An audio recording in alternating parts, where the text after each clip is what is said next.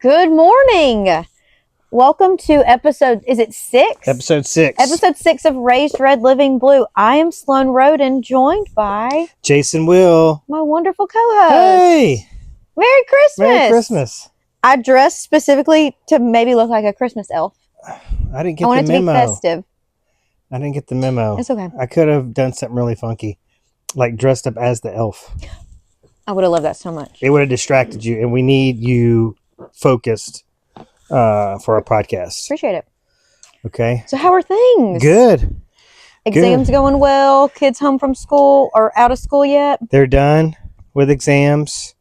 We went to the Alabama Theater last night. It's Die Hard, right? Die Hard. Yes. It was so much fun. Mm-hmm. I loved how the audience got into it. Oh, good. Just cheering for all like the hero parts and stuff. It was so good. So yeah, just as I mentioned, was not with my family last year. So anything we're doing this year has just been so great. Super important. Yeah, grateful for that. What about you? What's going on with you? Oh man, just gearing up for next week. Had a listing go live today, and really excited about that, getting good traction. Man, people, I don't know if it's coming to terms with things, but people seem to want to buy and sell more than they have in this last year. So taking every opportunity I can. Yeah, because rates went back up over 7% this week.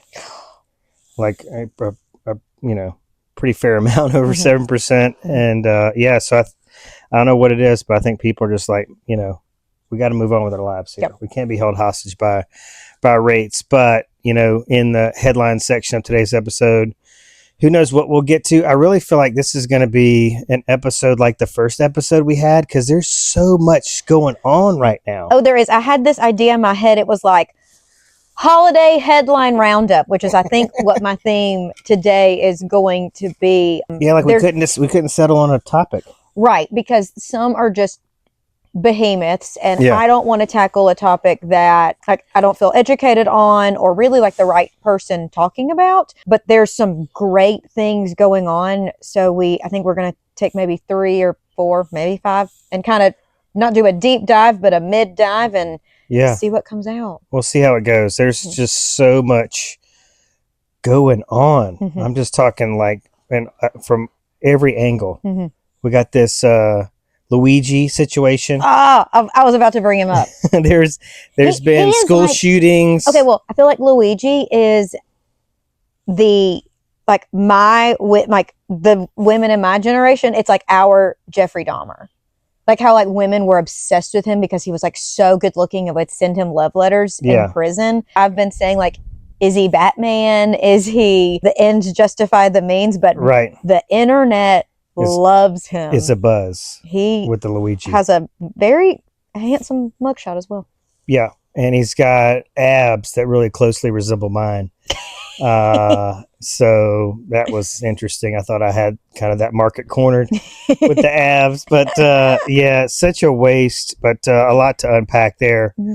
Anything else in our intro segment you want to talk about? How about this Facebook war?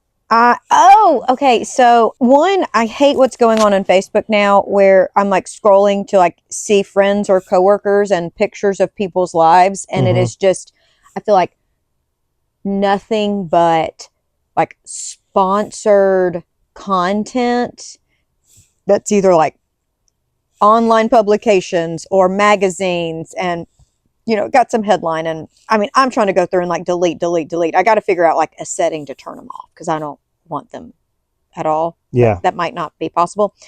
And it was a headline from I can't remember his first name. Gronkowski, the tight end that played for the Patriots. Yeah. About how men don't need to be playing women's sports. And I commented. His quote was, "There are men for men, there's men's sports for men, there's women's sports for women. It should just stay like that." And my comment was, men tend to be the ones vehemently supporting this stance when professional female athletes have the opposite view. Men think they're protecting women and mansplaining when they're really just inserting themselves. Listen to the women and then form your opinion. If women have an issue, let them say it. We don't need Gronk to be a protector of women's sports. Women have had to be the protector of their own sports for years. It's funny now that other people want to get involved. And the people that I have the most arguments about this issue with are men. Somebody was like, that's a great comment. I've been called, another one is like, you're a delusional feminist. And one, I'm really tired. Like anytime somebody says something like we don't agree with or seems like out of control or maybe out of the ordinary, delusional is now the word that everybody's using. I've been labeled as delusional over my CNN on the TikTok viewership. Correct me if I'm wrong here, but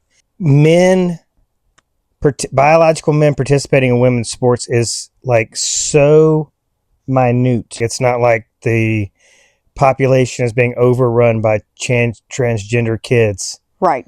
That are turning all of us gay, right. The greatest number of people, or really, I think the only people that have like started conversations with me about what is your view on this, I guess as a gay woman, I'm supposed to have a view of the whole community, the whole queer community, the alphabet mafia. It's always men. And you know, and I've had to tell a professional, friend of mine, like, sir, he goes, well, I'm trying to protect my daughter. And it's like, well, maybe you should let your daughter make her opinion and then help her. Like, you're just inserting yourself. And he was like, huh. So at least there was like some thinking and reflecting. We have commented on that in the past about how exposure is more beneficial than sheltering. Yes. So, I mean, let's look at the kids who have been sheltered and what happens to them. You know, especially when they get to Alabama and get in a sorority, they just go nuts. They go nuts. All right, ready to take it for our first break? Okay, welcome back, everybody. The holiday headline roundup, because like we mentioned a few in the earlier segment, just so much is happening, and that got us both like really excited and wanting to talk about. I'm going to let you start with one of your submissions. Fairhope Library hires new director amid controversy over books. Yeah, so we covered this on an earlier episode. I think in headlines, it's interesting to see that Fairhope is kind of the community that's, kind of gracing the headlines about this. I mean, it's going on all over the place. Sure, it's going on all over the state of Alabama, but for Fairhope to get riled up about it is interesting. Yeah, Fairhope and other communities, I want to say in Baldwin County, were mentioned in the headline we covered previously, and now this one is all focused on Fairhope. What are your thoughts on this as someone who lived in Fairhope for many years? Was that where you were raised? Yeah, born and raised in Fairhope. Gotcha. And so Fairhope, you read a lot about it being this utopian community, and it has this, I think if we dug really deep into the history of Fairhope, we would find that it was created by, I think, probably very progressive thinking people. Okay. But it is, the deep South, and you will find more Harris, or you would have found more Harris Walls signs in Fairhope than you would probably any other city in Baldwin County. Interesting. I had to unfollow a lot of people in Fairhope just because there were people like praising January 6th on Facebook. There's people that still believe the first election was stolen. Yeah, very conservative area, and you would think it would be a little more, it would have more of a Jefferson County vibe to it, but it really doesn't. Gotcha. I'm going to start with two quotes that I took from the article. The library has adopted policies to align with new state aid requirements from the Alabama Public Library Service, but that hasn't satisfied Clean Up Alabama, Moms for Liberty, and other like-minded individuals who have criticized Dean and the board, particularly board chaired board chair, Ann Johnson, for deciding to keep certain books available in youth section of the library. And I will say, they mentioned Dean, who is Tamara Dean, who is the outgoing director. The next statement is, the groups have identified 2 books specifically, Grown by Tiffany Jackson and Parts and Hearts by Jensen Hillebrand, as examples of what they say are inappropriate books for minors and have been kept in place. So did you look into any of these books? I did. I went to Amazon, Goodreads, other sites to get like what is the description, synopsis of the book.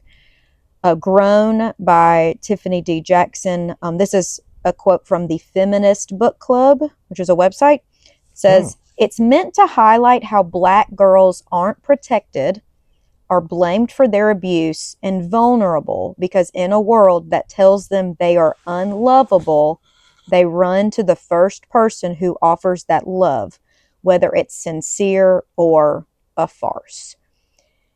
And this is something I've, in some learning and growing, I have heard this argument multiple times over young Black girls are more sexualized and expected to act older and more mature and do things, yet society wants to coddle and shelter young white girls of the same age. So it really seems like this is bringing to light things that women have experienced and maybe a wide experience, like widely experienced. This is a quote from somebody who reviewed it. It says, Grown exposes the underbelly of a tough conversation, providing a searing examination of misogynistic rape culture and the vulnerability of young Black girls. Groundbreaking, heart-wrenching, and essential reading for all in the Me Too era. All right. So you asked about my takeaway from this article and really from this whole topic. Okay. I'm just going to go back to something I heard Elon Musk say in his interview with Don Lemon. I'm not sure how long ago that was, but it was before the election and Elon was saying, like, listen, we're all like descendants from slaves. Okay. Like our ancestors, like everybody comes from slaves is basically what's this. Because in fact, if you look at history, if you study history broadly, everyone was a slave. Everyone. We are all descended from slaves. So it's just a question of when. Was it more recent or less recent? That's it. Right. But what future do we want? Is this something we want to make part of our constant dialogue forever, or do we want to say, like, let's just move on and treat everyone according to just who they are as an individual? His main point was, if we keep talking about it, it won't go away. So what does that mean? Like, if we keep talking, it won't go away. He just wants to closet it and is tired of talking about it. And it seems like, anything. So it's race, it's misogyny, it's rape, it's sexual, misconduct. It's just sex in general. I mean, we just need to keep this away. He doesn't want to stare hard truths in the face and have to learn from them. That's my take on that. I don't understand this is the whole argument with like critical race theory. It's like, hey, we've evolved from this, but let's put it behind us. I don't think we have. My understanding of critical race theory is it's not taught in high schools. It's not taught in undergraduate schools. It's taught in law schools that teaches law students that there are systemic forces that have been put into place to keep people within this caste system. Yeah. I just, I go back to something I think I said last week about how we're just meant to, I think by design, history is meant to be a teacher. Yes. It's not something that we need to shy away from. Yeah. Put it in a time capsule and bury it somewhere. I mean, I don't know how that helps us as a society by putting, things that were very dark stains on really world history. Yeah. in Oh, yes. in the closet. I mean, they want to put everything in the closet. Mhm. Gay people, Mhm. you know, stains from our history. They just want to, it's just a big cover up. Yeah. To me, it's like when you have something that has gone on in your life, you know, maybe some sort of trauma, and you push it down and push it down and push it down, it will fester and it will manifest in other ways and affect all these other fingers of your life until you are able to sit and reflect, maybe go to therapy and work through it to then help you get to that other side of it. I'm just wondering, like, so if you are a recent descendant of slaves and slavery, The enslaved. yes, how do you feel about, you know, these white politicians wanting to whitewash it off of the history books and not have it be taught in school and just pretend like it didn't exist? That would be like, what must that be like? Ew. I mean, I would assume it would be hurtful and like make me think like our history and our struggle is not worth telling. And you just want to silence us. And by silencing us, it's controlling us. It just, It's also censorship, and it's, you know, there's a First Amendment issue here. It's just crazy. It's they want to just say, all right, the playing field is totally level now. Racism's gone. but that's not, Slavery was a thing, but it was just a little blip on the map, and then every society dealt with slavery, and let's move on. We don't need this DEI. We don't need affirmative action. We don't need any of this shit. You know, it doesn't matter what, you know, color your skin is or where you come from. And whoever's saying that is not growing, or it did not wake up in a house this very morning with, like, in Chicago with no heat and maybe a piece of toast for breakfast. Yeah. I don't know. Right. Yeah. I mean, so many kids go to school, the only meal they get is school lunch. Mm-hmm. And, you know, there's so much talk about things being cut. Mm-hmm. And worried about when these next 2 weeks, when they are out from school, how will they get their meals? Yeah. So if I'm a child in that environment, I'm going home going, listen, it's not all, you know, sunshine and 70. Mm-hmm. You know, we've got some real problems. How do you come out of that? You know, how do you have the same opportunities that somebody else has that, you know, doesn't have to deal with food insecurity? Okay. I would argue it's the same like Pell Grants and scholarships. That provides opportunities for people who don't have the money to straight up pay for people to go to college. That, I would argue, is a form of DEI. Giving more people opportunity to have a college education. You know, whether that is an academic scholarship, whether it's an athletic scholarship. I mean, I know some people who are like, if I didn't play sports, if I didn't get a scholarship to play college, whatever, I probably would not have gone because it wasn't important to me. So you have people getting degrees who would not have had any other opportunity to. Yeah, or joining the military for Yes. the GI Bill and all that stuff. I mean, yes. There's no other options. We're moving into... it kind of astounds me how little people seem to be paying attention, because we're coming into this kleptocracy, autocracy. You hear all these words, the pay for play. It's crazy, but I was an intern for Sonny Callahan, who's a congressman who lived in Mobile, Alabama. But one thing I noticed is that, you know, there was not a lot of diversity, and back then I was a Republican, so there was not a lot of diversity on the Republican side. It was a lot of white people and a lot of white kids, of privilege, and it was all about who you knew. Oh, You were there because you were somebody, the son of somebody, or you knew somebody. all boys club. Yeah, and that's this whole administration. When I look at it, that's what I see. Yeah. And before we move on, this is really cool. This is the book that I would like to order. It's called Parts and Hearts. Yeah, what's that all about? Okay, Parts and Hearts, a kid's and grown-ups guide to transgender transition. And here's a little bit about it. Stories about transgender transformation are increasing in the news. Children find themselves dealing with a subject they probably don't know too much about, and it can be difficult to find a source that provides the answers they need in a way they can understand. This helps readers understand transgender transformation, both male to female and female to male. It's aimed at children between ages of 9 and 12. It helps readers understand what a transgender transformation means and what it involves.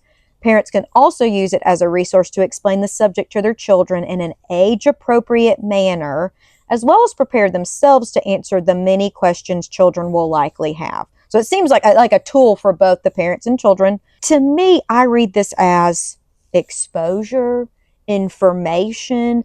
I mentioned this in an earlier episode. Just because you read a book with some gay people or watch a show with a gay person doesn't mean that's going to turn you gay. Like, if I had a friend, I have a trans friend, I would love to read this to find more out about my friend's journey, because it's not their job to teach me everything about what that process is like and what they've been through. And I can't wait to order and read this for my own understanding of what that transition is like, but also maybe as a way to, provide empathy. There's a lot that people have gone through. I love what you said in the past about how the difference between transitioning at a younger age versus an older age. Mm-hmm. So part of this suppression seems to be like, let's wait until after you're 18 or after you've Mm-hmm. matured, had some more life experiences before you decide to do anything drastic to your body. Mm-hmm. But I also wonder, we've scratched the surface about your journey, Mm-hmm. and had you grown up in maybe just a more open-minded environment? Yeah, because you didn't really start questioning your sexuality, you said, until your 20s, your early 20s. Yeah. But Got to college and after college. What would your life have been like if that, kind of internal dialogue Mm-hmm. had started when, you were 10 or 11? How would your life be different? Probably very different. Would it be different in a better way, a more positive way? Would you? To me, that's kind of a butterfly effect. It's hard to go back. It's like saying, like, okay, well, my parents have now been divorced for 20 years, and what would my life have been like if they had remained together? Like, it kind of, it is what it is, and we forged this path, and we're here because of all of the steps that we've taken to get here, whether we chose to take them or it was, decisions by others. Yeah. So I don't know. I thought about this earlier, and I think it's good to note in my research on US v. Skermeti, which Mm-hmm. there's still not an official ruling. I feel like I'm checking news every single day. I did misspeak a little in an earlier episode. What they are fighting for is hormone therapy and puberty blockers. So if a child, along with their parents and their medical professional, maybe a therapist or a psychologist, whatever that team this family has put together, has deemed that this child has gender dysphoria and would like to explore this next steps, these things keep them from going into puberty now. So it kind of gives them some more time to learn and discover and make these decisions. This is not surgery that they're fighting for. And this is very interesting. Puberty blockers and hormone therapy is still available and allowed for people who are male and don't have an intention of transitioning, or females and don't have the intention of transitioning. It's just the ones who would like to use it to help with their gender dysphoria, that's who is being kept from these medical treatments. It's crazy. Yep. We were discussing the possibility of taking on reproductive rights, and there, like we were talking about, there's just so much in the headlines, so much coming at us so fast. But I thought it was interesting, that a lot of people have been saying, if abortion is outlawed in your state, get in your car, get on a plane. But, like Texas is starting to go after people that leave the state. Right. They're starting to go after clinics, out-of-state clinics. Yep. That perform these abortion procedures on residents of their state where it's outlawed. Or I think even clinics or medical providers in states where it's legal, and like shipping the pill, mifepristone. Yeah. I'm probably saying it incorrectly. But like shipping that, and then now you have interstate, and it. Well, they're freaking out because the abortions have not gone down. They've actually gone up since the Dodd's decision because of the abortion pill that you just mentioned. There's a lot of it being shipped everywhere. People are trying to get their hands on it like crazy. Yep. And the anti-abortion movement's freaking out. And so they're like, wow, we got to do more. We got to lobby more, and we've got to come out with stricter rules. So, we're very much in, a pre-good old boy administration. And we are very much seeing just an attack on, I think, people's freedoms in a lot of different ways, whether it's, it's a big war on LGBTQ right now, but also with reproductive rights. I just, you see things in the headlines too about how, Republican voters are like, in some respect, are like, oh shit, what did we do? Do we know what we just did? Because there's been all this stuff about, we talked about, did we want to cover Liz Cheney and them going on the rampage about her and trying to charge her with something? Because, some people on the left have been saying that Biden should do a blanket pardon for people like, Cheney and, some of the people that have stood up against Trump from the Republican side. And they're like, well, he shouldn't do that because they haven't been charged with anything yet. So that's what they're trying to do, is come up with a charge. And apparently it's all bullshit, but it's just absolutely insane. So the people were saying, oh, he's not really going to go on the warpath against his political rivals. That's apparently bullshit. Interest rates, the Fed is preparing, for Trump to be an inflationary president.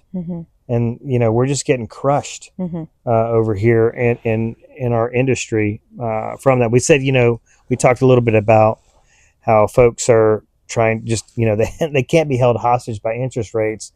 But the Fed has, I've got this article I wanted to cover probably in headlines, but the housing market is weak. It's not doing its thing to help the economy. And it's all interest rate driven. A lot going on out there. Yeah.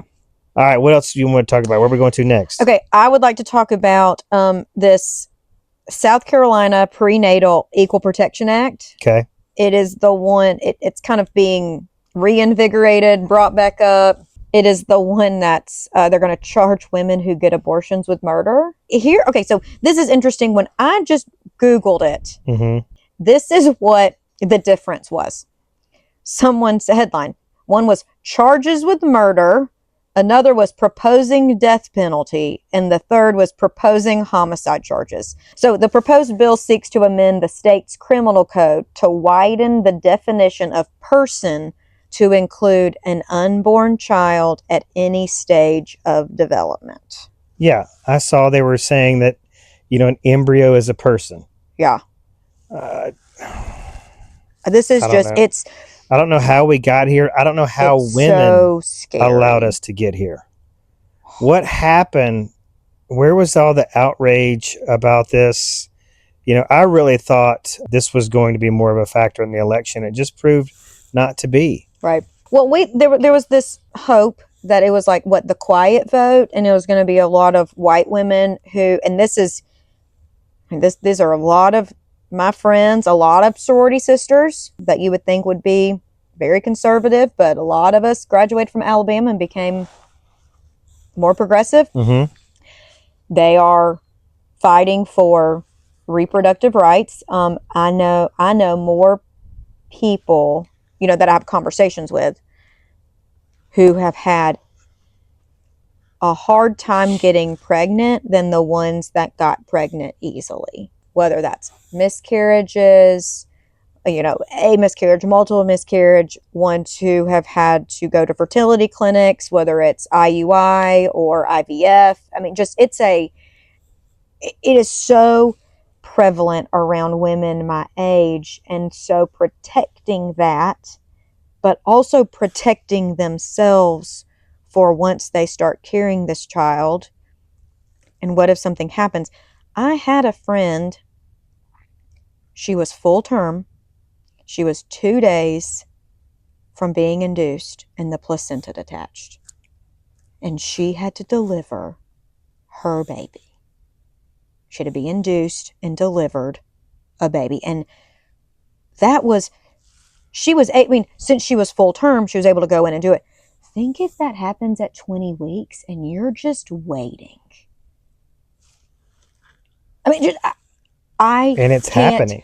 Yes. So I kind of digressed a little bit, but like that is so important to women. And then like school shootings, women like protecting their children from harm and being terrified every day of sending their kids to school. Am I going to get that call? Am I going to get that text? Like what is going to happen, as well as their right? I thought that was going to be our saving grace. And I don't know. This is terrifying. Well, I listened to the NPR Politics podcast this week, and the topic was about reproductive rights and what reproductive rights are going to look like in 2025 under a Trump administration. But the point they were making in the podcast is this was a con job. Like Trump straddled both sides of this issue.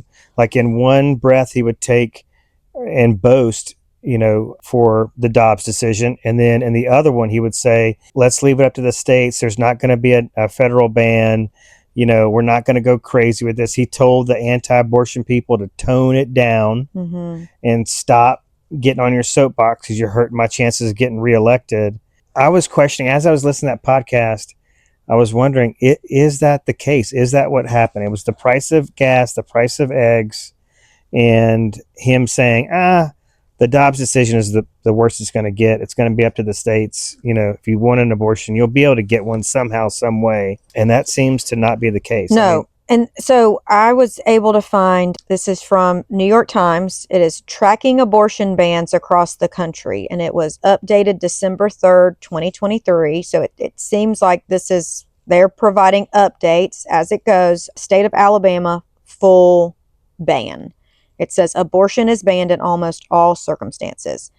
If someone were to get an abortion and they are a citizen of Alabama, you have to go to Virginia or Illinois.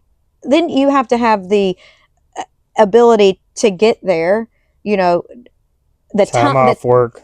Right. The time, the money. Is your healthcare in a place where you can take that time to do it? Or is this a now or never thing? It's troubling. A lot of people I believe this affects are people that are at a lower socioeconomic level, and that is really the working class base that put Trump in the office and back for another term. And God, there's just so much going on, but between him joking about running again for a third term, referring to Trudeau as the governor of Canada. I mean, I don't know. I don't know why more people aren't going, oh shit. I mean, and that's the thing we've talked about on prior episode. The one thing you can't say about Trump is that he, tries to sugarcoat this stuff or hide who he is or what he believes or what he's going to do. He's doing exactly what he said he was going to do, that most people just blew off and go, oh, he's just, he says wild stuff. He doesn't really mean it. He says it for effect. It's not really, going to be an initiative, which is turning out to be a really scary reality in so many areas. But there's just, there's a very political aspect of that as well. Well, and gosh, it's been so long since I've heard this, and I might need to fact check it later, but there's that research where after Roe v. Wade passed, you go 18, 20, 25, 30 years, and crime rates went down. And it's because people had access to abortions where they were, there's so many reasons to get abortions, but think about people who, don't want to care for a kid. They're not in a space where they don't have the money to provide the life for a child. So that's really, really interesting. I remember, this is one of the first times I remember like realizing my views had changed from my mother's. And I think I was listening to NPR or something in college. I remember being in Tuscaloosa being like, Mom, like I heard this like crazy cool thing. Have you ever heard that? And it was like, you are talking about murdering babies and never is that an okay thing. And I was like, oh, okay. It's like when I could see the Red Sea beginning to part. Well, and like I've told you, I mean, I have made comments like that to people. Yeah. So I've been on the side of, it's murder and had to come around from that because of exposure, because my housing when I lived in Washington, D.C., room with a bunch of Democrats, and so they were like, well, here's my way of thinking. Here's where our side kind of feels about it. And I was like, that makes a lot of sense. And one of the arguments was like, your side wants to protect the sanctity of life, but after they're born, it's like, yeah, for sure, you're on your own. Yeah. And, it all goes back to like where we are right now with this government shutdown. I mean, they're trying to cut programs for people that, are marginalized. And these are who a lot of these kids grow up in poor environments, abusive environments, both physically, verbally. And, let's just make sure they can get a gun. Right. Talking about school shootings, I'm just wondering, like, how long is it going to be for people, or has it already started, where, women in particular, like, it's not bad enough they don't pay us what we're worth. Now, there's a good chance I'm going to get killed when I go to work as a school teacher. Yeah. This is just what baffles me so much, because I travel so much in rural areas and see like Trump flags on barns, and the barn's about to frickin' fall down. And right next to the barn is the most dilapidated trailer you've ever seen. And, it's just brutal. How do these people not see that these billionaires, I mean, we've got millionaires and billionaires in this cabinet. We've got a billionaire president. He's making a lot of his decisions based on his billionaire buddy, who's, co-chair of this Doge, whatever this Doge thing is. Department of Government Efficiency. Yeah, I just, how do they feel like this is going to trickle down, pun intended, to their checkbook, to their bank account, to their wallet?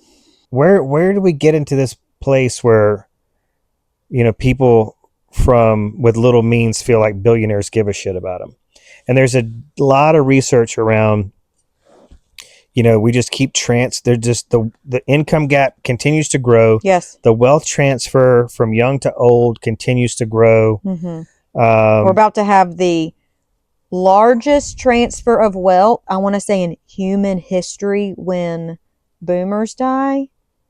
And so that's just, the inequality will continue to grow and grow and grow. And when you take away women's right to choose, when you take away DEI programs, when you take away affirmative action, it keeps people from moving up, and it keeps the wealthy in power to continue to do what they want to do, which is run the ship with their own rules, with their own buddies, and really say, shut up and put up to everybody else.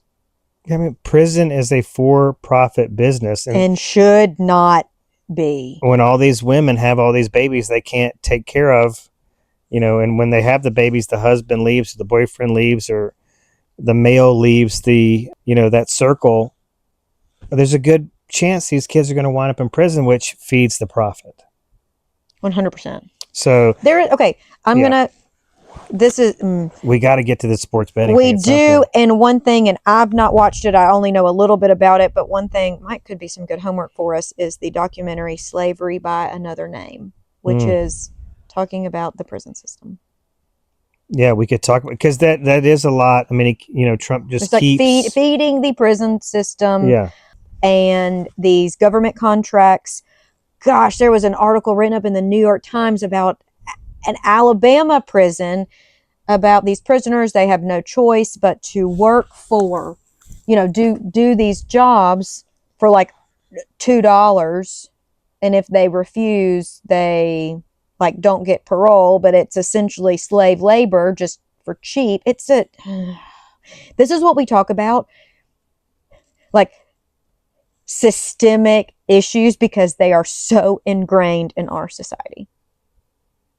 Yeah, I mean, and I had to really fight back this comment from a friend of mine who sent me a text with, we may have mentioned this before, but it was a picture of like Trump and Elon, but it was all these cronies, and he was like, the Republicans lost.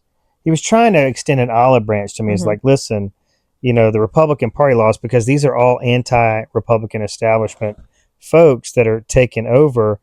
And my thought process was, as soon as I saw that and read his comment, I wanted to reply back and go, no, America lost, but also ignorance is bliss. But that wouldn't have been productive or constructive. Right. But it just validates, why I'm sitting here, right now, why we make time to do this every week in your basement. For me, I know, last week you mentioned it felt like therapy, but this is a scary time. And it just doesn't seem like people are paying attention. There's more people worried about this TikTok ban than all these other very serious issues. And it seems like there's these countries and societies around us that are figuring things out and taking action, but we're not, because of this very ugly side of capitalism and this for-profit. I mean, the gun lobbies, Yeah. I don't know. I don't know where we're headed. It's scary, but I'm glad we're talking about it, and I hope we inspire more people to talk and think about it. Let's take a quick break, and then we'll get to NCAA and the gambling bill. All right, so you're a big sports person, buff. Yes. And so you really wanted to talk about sports betting. I didn't realize how big of an industry it is. 30 billion? Oh my, yes. Yes. Okay. Supreme Court decision in 2018 overturned a federal law that had effectively banned the practice outside Nevada. And this is for, sports betting. And so that's why you see DraftKings and ESPN Bet and just, exploding. And they were betting on the presidential race. Oh God. Yeah. I mean, that was huge. Can bet on anything, but there is a proposed bill, and there was Senate judiciary hearings this week. I listened to all hour and 46 minutes of the hearing on C-SPAN, so you, my friends, don't have to.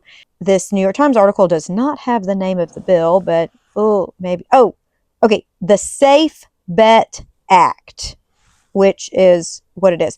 The Charlie Baker, the president of the NCAA, his argument is our collegiate athletes are being harassed by these gamblers who mostly bet on player props. The underbelly of this is these collegiate players are being harassed for their player props. Like, I bet that you would get so many rebounds and you didn't get them. Yeah, so giving them shit if they didn't hit the stat, they underperformed. Or overperformed. Or giving them to, pressure them to shave some stuff. And so there's examples of, a basketball player's roommate coming to him and be like, hey, I just need you to miss your first 2 free throws that you get in a game. And that one is bad. But, these are not professional athletes who, they live on campus. They're around campus. They're a lot more accessible than professional players. It's crazy. I did ask a buddy of mine his opinion, who is a sports enthusiast as well as loves some sports betting as well. And this was his take. It's a death rattle of a long obsolete organization trying to maintain some semblance of control. He's referring to the NCAA. They're living on borrowed time and they know it. Because while I don't fundamentally disagree with the concept, I rarely, if ever, support a decision of the NCAA. Then, later he said, a slippery slope, because when you start to layer NIL money and throwing games, it used to be an athlete is suddenly flush with cash and is underperforming, you could draw conclusions. But now with NIL money, you can't always put two and two together. As sports betting becomes more and more integrated into the college game, there becomes an integrity of the game issue because of the complete lack of structure and accountability with the NIL system. And then his last point was, remember, it is never actually about protecting the athletes.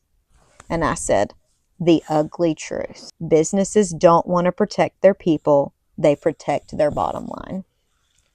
Well, this is another argument that I have, that I kind of soapbox about is, this deregulation. Mm-hmm. It was mentioned in this article at the end. It says this is the Gaming Association. This is Bill Miller, the president of the AGA. So he condemned the Safe Bet Act and said, basically, his take is that oversight's not necessary. But the good news is we have a Republican president, Republican Senate, Republican House. And so that means that, what does that mean to the gaming industry? It means probably less pressure for all of this oversight. The problem is that we can't handle the lack of oversight. We just go crazy. Mm-hmm. That's why this is needed. This is why we're not naturally inherently stewards of the environment, of civil rights, of all these things. That's why the federal government has to step in. And that's what we're going to see. But okay, hold on. Okay, and my last point on this is, I listened to the whole thing, and it is about the protection of the athletes, but also how accessible it is now. One of the men who testified is a recovering gambling addict. Yeah. So talked about his journey and how what it did and impacted his life. And it is rampant on college campuses, whether it is legal or people are just, you got somebody running a book. Right. And so it was really, really interesting to hear it from all these angles. But then at hour 20, Marsha Blackburn gets up there from Tennessee, who essentially asks Charlie Baker, the president of the NCAA, what is he doing to protect women's sports? Not what we're talking about today. Kennedy gets up there and essentially says, I'm a libertarian. I let anybody do what they want to do with their time and money. But you're letting biological men play in women's sports. And you're the protector of women's sports. So what are you going to do? And so just derailed it. And then Josh Hawley, it turned into a fucking circus. My one I'm going to drop today. When transgender kids in sports is not even what this hearing was about. Well, why don't you take a position on transgender biological males competing against females? You just told me it wasn't fair. There's a federal standard on this is one that we would work with you on if you wish to work on it. Why don't you do it on your own? Our job. Biological males are not going to be allowed to compete against biological females. But I will say at the very, very end, a Republican senator from Massachusetts kind of yielded his time to Charlie Baker and asked some great questions and said, President Baker, how many student athletes are under the NCAA jurisdiction? And he said 510,000. He said, how many transgender athletes are in, NCAA sports programs? And he said less than 10. And the comments I were reading that were so good, what was Larry Nassar sexually assaulted more women in collegiate sports than there are transgender athletes in sports right now. We've got to rush to headlines because I've got a hard stop deadline at noon today. So much to choose from. Yeah. the key lines from Trump's first post-election news conference. And there was just so much in the news today or this past week. I just didn't know what to kind of land on for headlines. But oh my gosh, that would take probably another 45 minutes. Honestly, it would. So at the very last minute, I just rechecked the headlines on CNN for all you CNN haters out there. And Did you just throw up a bird? yeah. And this headline, Neil Cavuto leaving Fox, caught my eye. Okay. All right, so I'm going to read this out and then give you a chance to discuss it, and then we're going to have to sign off for this week. But Okay. Cavuto's emphasis on what was true versus what the Trump base wanted to be true cost him viewers. Some Trump fans never forgave him after he cut away from a 2020 press conference in regards to the White House press secretary repeating baseless claims of voter fraud in the 2020 election. And then here is the president's response on his Truth Social platform to Neil Cavuto leaving Fox. Good news for America. Neil Cavuto, the lowest rated anchor on Fox by far, is leaving. Should have happened a long time ago. This is who we voted for because you didn't like the price of eggs and the price of groceries, which is not going down, by the way. Right. Doesn't appear to be. Mm-mm.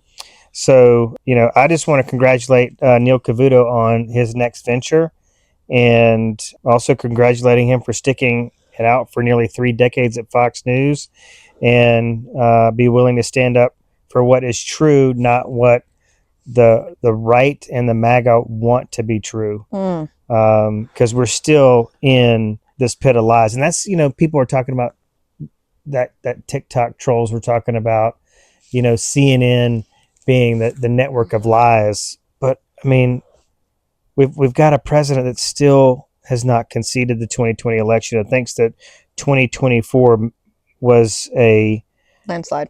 Yeah, a landslide, and proved beyond a shadow of a doubt that, just reinforced his claims, his false claims about the 2020 election being rigged. All right. Merry Christmas, Happy Holidays. Yeah, Merry Christmas, Happy Holidays. I do want to plug SmithLakeActiveListings.com. Do you want to plug anything? Everybody, you can find us on Apple Podcasts, Spotify, and YouTube. Please hit the like or subscribe. And this is a hard time of year for people. So even if they wanted to email us and be like, hey, this is my first Christmas alone, newly divorced, newly separated, whatever the case may be, but also, give us feedback. Let us know what topics you want us to cover. It's raisedredlivingblue.podcast@gmail.com. raisedredlivingblue.podcast@gmail.com. Yep. And Instagram is raisedredlivingblue_pod. And then TikTok is raisedred_livingblue.